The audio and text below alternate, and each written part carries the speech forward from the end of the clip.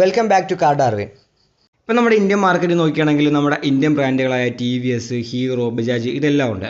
ഇപ്പോൾ T V S നോക്കുകയാണെങ്കിൽ അവർക്ക് നല്ല ഡിസൈനുണ്ട്, അതുപോലെ തന്നെ ഒരുപാട് ഫീച്ചേഴ്സ് ഒരു വണ്ടിയിൽ കൊടുക്കുന്നുണ്ട്, വളരെ ഇന്നോവേറ്റീവായിട്ട് ഒരു വണ്ടി ഉണ്ടാക്കുന്നത്. എന്നാൽ അവർക്ക് നല്ല എഞ്ചിൻസ് കുറവാണ്. ഇനി ഹീറോ നോക്കുകയാണെങ്കിൽ നല്ല ഒരുപാട് എഞ്ചിനുകൾ അവർ പുതിയതായിട്ട് കൊണ്ടുപോയിട്ടുണ്ട്, നല്ല ഡിസൈൻ ആയിട്ടുണ്ട്, ഒരുപാട് ഫീച്ചേഴ്സും കൊടുക്കുന്നുണ്ട്. എങ്കിലും അവർക്കൊരു പേരില്ല. ആ ഒരു സ്പ്ലെൻഡറൊക്കെ ഉണ്ടാക്കുന്ന ആ ഒരു ബ്രാൻഡാണ് ഇന്ത്യക്കാർ അവരെ ഇപ്പോഴും കണ്ടുകൊണ്ടിരിക്കുന്നത്. നേരെ മറിച്ച് ബജാജ് നോക്കുകയാണെങ്കിൽ അവർക്ക് നല്ലൊരു പേരുണ്ട്, നല്ല അടിപൊളി ബൈക്കുകളുണ്ട്, നല്ല ഡിസൈനുണ്ട്, കെ ടി എമ്മിന് നല്ല എഞ്ചിനുണ്ട്, അങ്ങനെ എല്ലാം ഉണ്ട്. പക്ഷേ അവർ ജന്മം ചെയ്ത അപ്ഡേറ്റ് കൊടുക്കത്തില്ല. ഏറ്റവും എടുത്തുകൊണ്ട കാര്യം RS200 കാര്യമാണ്.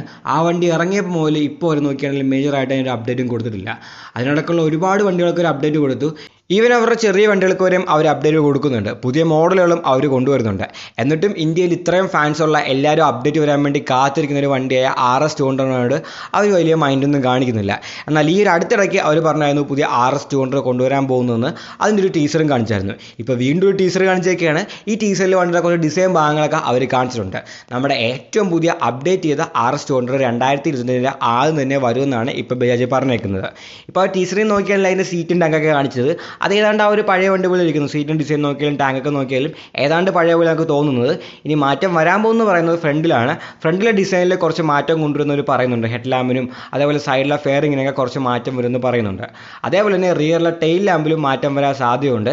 ഈ കഴിഞ്ഞിടയ്ക്ക് നമ്മുടെ NS200 കൊണ്ടുവന്നായിരുന്നു അപ്ഡേറ്റ് ചെയ്ത്. അതിൽ വലിയ മാറ്റമൊന്നും കാണാൻ കഴിഞ്ഞില്ല. പക്ഷേ അതിനേക്കാളും കുറച്ചുകൂടെ മാറ്റം ഈ ഒരു RS200 ഉണ്ടാവും നമ്മൾ പ്രതീക്ഷിക്കുന്നുണ്ട്. കാരണം കുറേ നാളായിട്ട് ഈ വണ്ടിക്ക് അപ്ഡേറ്റ് ഒന്നും കൊടുത്തിട്ടില്ല. പിന്നെ ഫ്രണ്ട് ഭാഗവും സൈഡിൽ അവർ കാണിച്ചിട്ടില്ല. അപ്പം ആ ഒരു ഭാഗത്ത് അപ്ഡേറ്റ് വരാനുള്ള ചാൻസ് വളരെയധികം കൂടുതലാണ്. പിന്നെ കൺഫേം ആയിട്ടും വരുമെന്ന് പറയാൻ പറ്റിയ കുറച്ച് കാര്യങ്ങളുണ്ട്. അതൊക്കെ നോക്കിയാൽ പുതിയൊരു LCD ഡിസ്പ്ലേ വണ്ടിയിൽ കൊടുക്കാൻ സാധ്യതയുണ്ട്. അതിൽ ബ്ലൂടൂത്ത് കണക്ടിവിറ്റിയും നാവിഗേഷനും ഫോൺ വഴി കണക്ട് ചെയ്യാൻ പറ്റുന്ന ഫീച്ചേഴ്സും അങ്ങനെയുള്ള എല്ലാ കാര്യങ്ങളും അവർ കൊടുക്കുന്നതായിരിക്കും. അതേപോലെ തന്നെ USD ഫോക്കും ഉറപ്പായിട്ടും ഈ ഒരു വണ്ടിയിൽ അവർ കൊടുക്കുന്നതായിരിക്കും. പിന്നെ പുതിയ കളേഴ്സും ഗ്രാഫിക്സൊക്കെ വരുന്നതായിരിക്കും. ഇതൊക്കെ നമുക്ക് ഉറപ്പായിട്ടും വരുമെന്ന് പറയാൻ പറ്റുന്ന കാര്യമാണ്. ബാക്കിയുള്ള കാര്യങ്ങളൊക്കെ നമുക്ക് കണ്ടു തന്നെ അറിയേണ്ടതാണ്. ഈ ടെക്നിക്കായിട്ട് നോക്കുകയാണെങ്കിൽ വണ്ടിയിൽ സ്ലിപ്പ് ആൻഡ് അസിസ്റ്റ് ക്ലച്ച് വരാനുള്ള സാധ്യതയുണ്ട്. കാരണം ഈ ഒരു പ്രൈസ് റേഞ്ച് വരുന്ന ഈ ഒരു സെഗ്മെൻറ്റ് വരുന്ന എല്ലാ വണ്ടിയിലും എല്ലാവരും ആ ഒരു ഫീച്ചർ കൊടുക്കുന്നുണ്ട്. അതുകൊണ്ട് ഇതിലും ആ ഒരു സ്ലിപ്പ് ആൻഡ് അസിസ്റ്റ് ക്ലച്ച് വരാനുള്ള സാധ്യതയും കൂടുതലാണ്. എഞ്ചിൻ്റെ കാര്യത്തിൽ പിന്നെ വലിയ മാറ്റമൊന്നും വരത്തില്ല. അതിൻ്റെ ആവശ്യമില്ല. നല്ല പവർഫുൾ എഞ്ചിൻ തന്നെ കൊടുത്തേക്കുന്നത്. 199.5 cc liquid cooled single cylinder എഞ്ചിനാണ്.